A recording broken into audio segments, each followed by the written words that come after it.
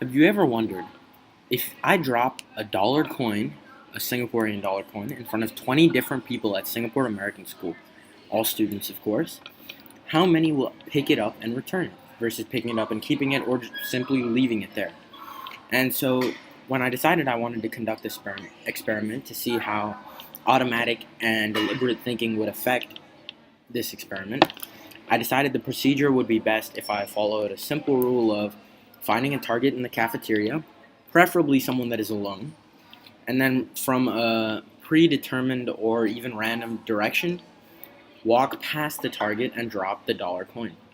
Then continue going for 10 seconds, 5 to 10 seconds, before noticing the absence of the coin and returning to retrieve it. Now, it was important for me to take note of the target behavior.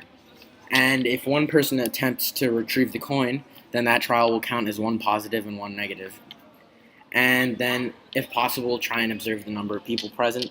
And luckily, I did this during my game theory block, which led to it being somewhat scattered and not too many people being clumped together.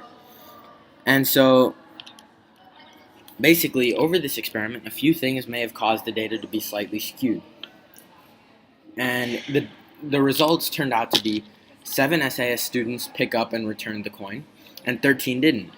And now the reason this data might have been slightly skewed is based on the fact that my acting wasn't exactly on par. So a few people did seem to be slightly suspicious of the coin drop and therefore either just laughed and walked away or asked me what it was about. But the main thing I noticed is that people that were already preoccupied with something or people that looked like they were going somewhere were much better at helping than people that were doing absolutely nothing. I've associated these results with automatic and deliberate thinking. People that were walking past me while I was doing the coin drop would very automatically just pick up the coin, hand it back, and proceed to continue the way they were going. But people that were just sitting around lounging would see the coin, look at it for about 8 seconds, and then proceed to talk to their boys and watch Fortnite videos. And I think this is because when deliberately thinking about someone dropping a coin, they realized that it was just as easy for me to pick the coin up, and they didn't really need to help me. Whereas the automatic thinkers just noticed that somebody dropped something and they could help, so they immediately responded and continued.